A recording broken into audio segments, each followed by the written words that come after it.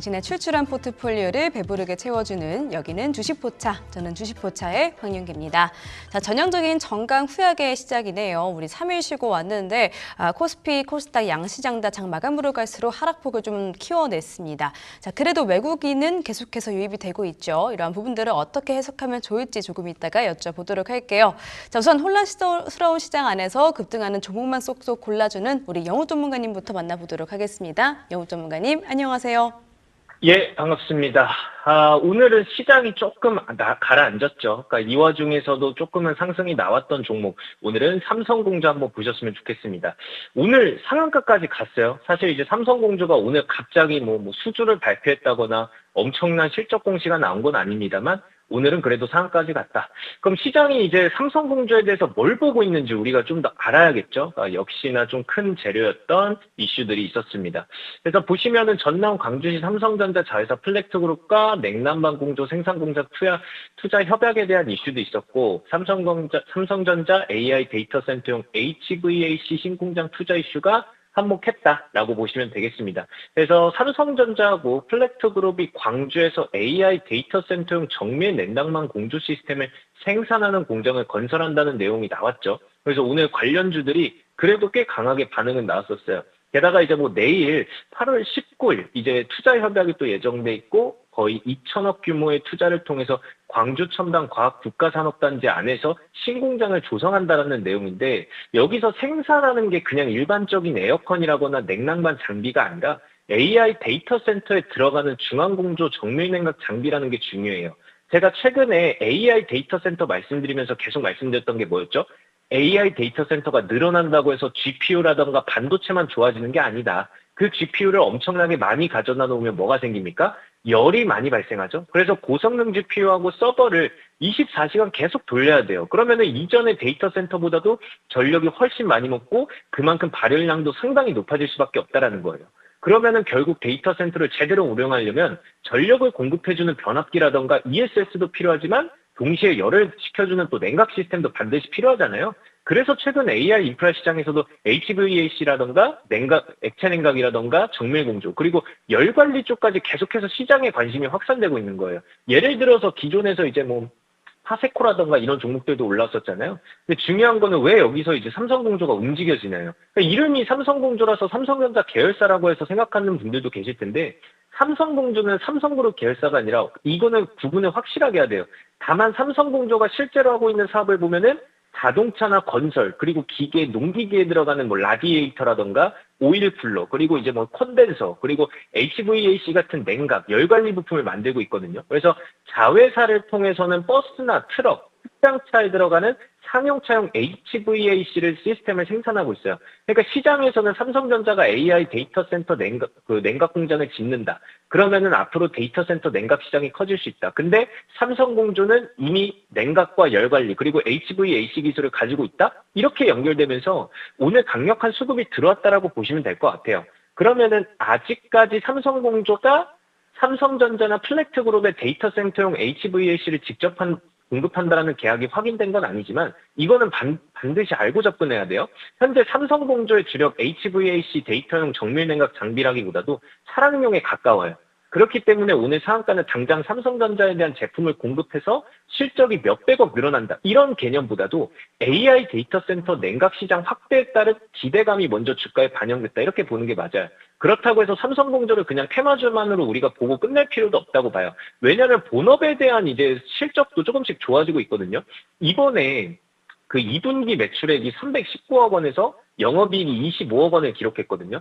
1분기 매출에서는 260억 원대, 그리고 영업이익은 거의 16억 원대랑 좀 비교해보면 매출액하고 영업이익이 같이 증가했어요. 그러면은 특히 2분기 영업이익이 최근 5분기 가운데서 가장 높은 수준까지 올랐기 때문에 오늘 AI 냉각이라는 강력 재료가 붙었기는 했지만 아예 실적이 무너지고 있는 회사의 테마가 붙은 건 아니다. 이거를 좀 아셔야 될 것 같아요. 그래서 오히려 앞으로 삼성공조를 볼 때 이 부분이 더 중요하다고 생각하고, 그리고 이제 AI 데이터 센터 냉각 시장에 대해서 좀 말씀을 드리면 삼성전자가 직접 광주에 공장을 짓는 것 자체가 데이터 센터 냉각이라는 시장이 앞으로 얼마나 중요해질지 보여주는 하나의 이벤트가 될 수는 있어요.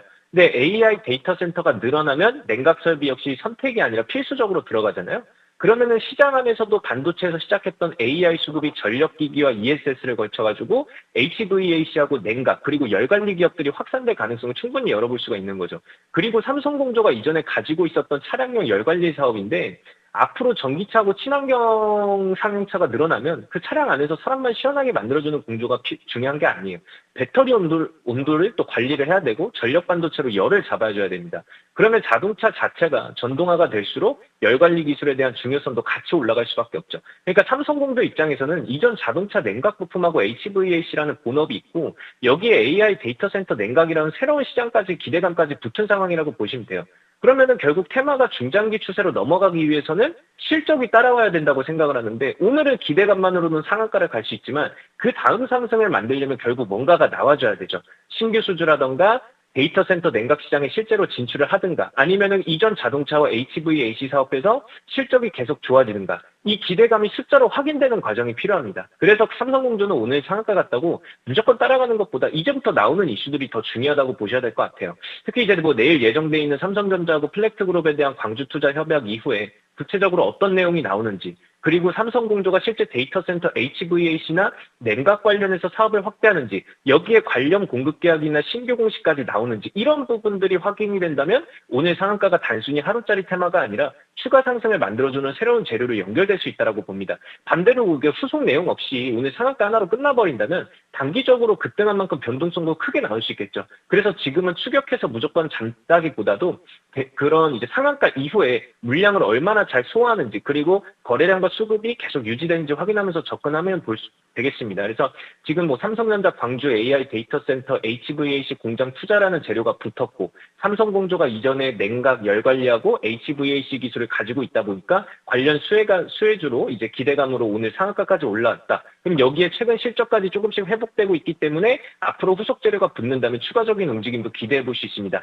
다만 삼성전자와 직접적인 공급 계약이 확인된 건 아니기 때문에 이제부터는 기대감이 실제 수주와 사업으로 연결되는지 확인하는 게 가장 중요하다고 말씀드리고 싶고 그리고 내일 앞서서 말씀드린 것 같이 투자 협약 이후에 추가적으로 나오는 내용이라던가 삼성공조 관련 신규 공시라던가 실제 수주 여부 그리고 구체적인 이제 매매 전략은 확인되는 대로 정보방에서 계속 빠르게 말씀드릴 거예요. 그래서 정보방은 아래 하단에 나오는 QR코드 타고 들어오시면은 정보방으로 입장하게 되는데 지금 추가 상승을 기대할 수 있을지 그거에 대한 이제 대응을 해드릴 테니까요. 삼성공조 가지고 계시거나 AI 데이터 센터 냉각 관련주를 계속 보시는 분들은 아래 QR코드 통해서 정보방 참여해 주시고 후속 내용 같이 확인해 보시면 되겠습니다. 자, 그러면은 우리가 정보방에서도 잡았던 종목 있잖아요. 물론 이제 삼성공조도 이전에 제가 이제 추천주로 나갔던 종목이기도 했어요. 그래서 이 AI 데이터 센터 냉각 관련주는 꾸준하게 보자라고 했었고 그 안에서도 우리가 다른 이제 섹터도 한 번씩 봤었잖아요. 그 다른 섹터가 바로 로봇주였습니다. 그래서 8월 10일 히든주로 좀 나갔던 종목인데 로보티즈라는 종목입니다. 그래서 오늘도 로보티즈 한번 AS 드리면 좋을 것 같은데 일단은 추천을 드리고 나서 곧바로 25% 상승이 나왔습니다. 그러니까 종목 자체에 대해서는 저는 여전히 긍정적으로 보고 있어요. 뭐 같이 매매하셨던 분들은 일단 두 자릿수 수익률 나서 축하드린다고 말씀드리고 싶지만 단기 1차 목표가는 도달했지만 여전히 추가 상승도 남아있다. 그래서 중장기적으로 봤을 때도 아직까지 충분히 매력 있는 종목이라고 보고 있습니다. 다만 지금 당장 무리하게 따라가자 이런 개념은 아니에요. 최근 시장 자체가 위아래로 변동성이 상당히 거치게 나오고 있기 때문에 시장 분위기하고 타이밍만 잘 맞춰서 들어간다면 충분히 다시 기회가 줄 수 있는 종목이다라고 보고 있습니다.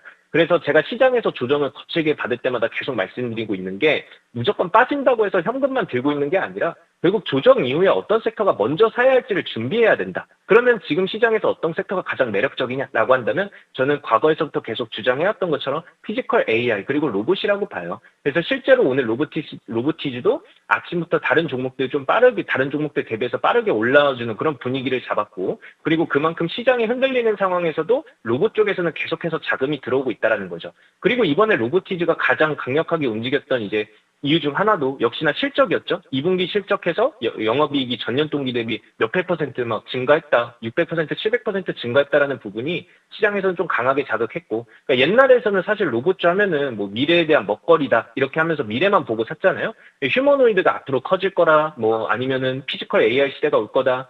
뭐 사람이 로봇이 사람을 대체할 거다, 노란봉투법 올라왔다, 이런 기대감으로 먼저 주가가 올라갔는데 이제는 조금씩 달라지고 있어요. 실제로 액추에이터가 잘 팔리고 있고 실제 납품이 늘어나면서 매출과 이익으로 또 숫자가 찍히고 있기 시작했다라는 점인데, 그러니까 로봇주가 단순히 꿈만 먹고 가는 섹터는 아니라는 거죠. 이제 조금씩 실적으로 보여주는 산업으로 넘어가고 있다라고 보시면 될 것 같아요. 특히나 로보티즈 같은 경우에서도 다이나믹스를 중심으로 액추에이터 출하가 빠르게 계속 늘어나고 있고, 이런 부분들이 실제로 실적 개선으로 이어지면서 증권가에서도 좋은 이야기가 나오고 있어요. 그래서 저는 로보티즈가 피지컬 AI 안에서도 펀더멘털 개선을 빠르게 증명하고 있는 종목 중 하나라고 생각하고 있고, 그리고 로봇주 흐름만 보면 로보티즈만 올라가는 게 아니죠. 이전에 추천드렸던 LG전자도 강하게 움직였고 현대차도 로봇 기대감으로 움직였잖아요. 여기에 레인보우 로보틱스라던가 SPG도 오늘 같은 경우에는 로보티즈가 강하게 올랐는데, 그러니까 이게 뭐냐면 섹터 안에서 순환매가 계속 돌고 있다라는 거예요. 그래서 대장주가 한번 움직이고 쉬어가면 또 다른 종목이 올라가고, 그 종목이 쉬어가면 다른 종목으로 자금이 넘어가는 그런 흐름이 반복되고 있다라는 거죠.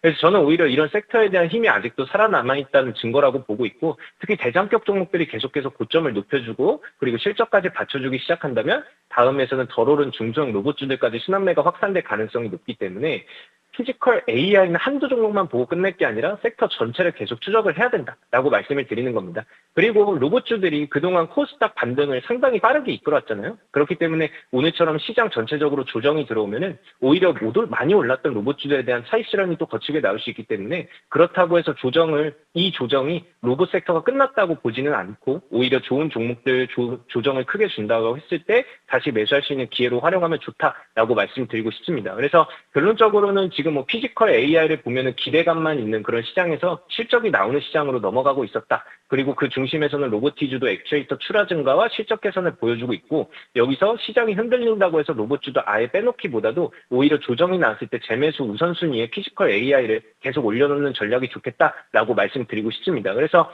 오늘의 급등만 좀 보지 말고 앞으로 조정이 나왔을 때 다시 한번 좋은 기회를 줄 수 있는 종목이라고 보시면 되겠고요. 그래서 로보티즈도 앞서서 말씀드린 정보방에서 계속 팔로잉 하면서 여러분들에게 정보 전달 계속 드리도록 하겠습니다. 자, 그러면은 우리가 로보티즈도 말씀을 드렸는데, 이전에 또 로보티즈 상승 나왔으니까 또 종목 하나 더 말씀드리려고 합니다. 이 종목은 사실 이제 스튜디오 방송, 지난주 금요일이었죠? 스튜디오 방송에서도 살짝 힌트로 드렸던 종목인데 상당히 재미있는 특징이 있어요. 그때 당시에도 말씀드렸지만 반도체도 들어가고 2차 전지도 들어갑니다. 여기에 최근 실적 부분도 강하게 끌어올렸어요. 그러다 보니까 반도체 특수가스 사업도 하고 있고 2차 전지 핵심 소재도 하고 있고 냉매 사업까지도 하고 있습니다. 그래서 지금 이런 종목들이 우리나라 시장에서도 저평가돼 있기 때문에 이 종목도 좀 더 우리가 눈여겨봐야 되고, 지금 이제 이 종목의 가장 큰 문제가 뭐였냐면 그동안에 공장을 크게 지어놨었는데 가동률이 대체적으로 잘 나오지 않았어요. 그러니까 대규모 증설에 돈은 들어갔는데 생산량하고 매출이 기대만큼 따라오지 못하면서 시장에서 좀 소외를 받았던 종목이기도 하거든요. 근데 이번 2분기 실적 기점으로 분위기가 완전히 달라졌어요. 뭐냐면 반도체 쪽에서 일단은 달라졌습니다. 이 기업 자체가 반도체 방막 증착 공정에서 사용되는 WF6, 6브라 텅스텐을 또 사용하고 있기 때문에 최근에 HBM 중심으로 우리나라 반도체 기업들이 첨단 공격 투자가 계속되고 있죠. 그러다 보니까 단순히 반도체 테마에서 이름만 올라가 있는 종목이 아니라 실제로 반도체 업황에 대한 회복이 실적으로 연결되고 있다는 거예요. 그리고 두 번째는 약간 의외인데 냉매 쪽이에요. 냉매는 우리가 환경 규제로 생산량 자체가 제한되어 있는 시장인데 최근 폭염하고 에어컨 수요 증가로 맞물리면서 가격 흐름까지도 상당히 좋아지고 있습니다. 그리고 이제 2차 전지 쪽인데 이 사업이 그 2차 전지 전해질 소재에 대한 이제 사업이 그동안에 이 종목의 아픈 손가락이었어요. 근데 가격이 계속 떨어지고 공장 가동률까지 나오지 않으면서 돈을 벌어주는 사업이 아니라 오히려 전체 실적을 깎아먹는 이제 사업이었거든요. 근데 분위기가 달라지고 있습니다. 작년에 200에서 300톤 수준이었던 생산량을 올해에서는 1,800톤까지도 크게 증가할 전망이고, 일부 라인은 이미 풀가동에 들어간 상태이기 때문에 이 2차 전지 쪽에서도 실적 개선이 일어나고 있다. 그래서 이 종목도 여러분들 보시면은 최근에 그렇기 때문에 바닥 다지고 나서 계속 우상향 나오고 있어요. 지금 몇 거래, 10거래 이상 동안 음봉이 2개밖에 나오지 않는 이 시점에서 이 종목도 가장 중요하다라고 말씀드리고 싶습니다.